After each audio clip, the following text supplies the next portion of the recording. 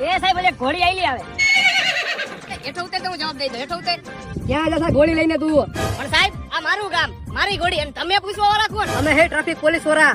આ ઘોડીની PUC, licence, RC book અને આ ઘોડીના કાગળિયા લાવલ. સાહેબ આની આરસી બુક, લાયસન્સ ને પીયુસી આનું કાઈ ન હોય, અને રહી કાગળિયાની વાત તો એ ઘરે પડ્યા હે હો. એવું હે? આનું કઈ હોય નહીં? તો એક કામ કર, કાગળિયા પડ્યા હે ને, કાગળિયા લેતો તું ઘરે જઈને, નકર 1000 રૂપિયા દંડ થાય.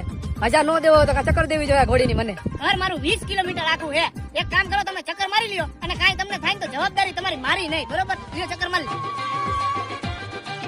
એ ભાઈ આનું હેન્ડલ ક્યાં આવે? હા સાહેબ આના હેન્ડલ નો હોય, અને ખેંચો એટલે હમણાં જો ધમધમાટી જાય, ખબ ખબાટ.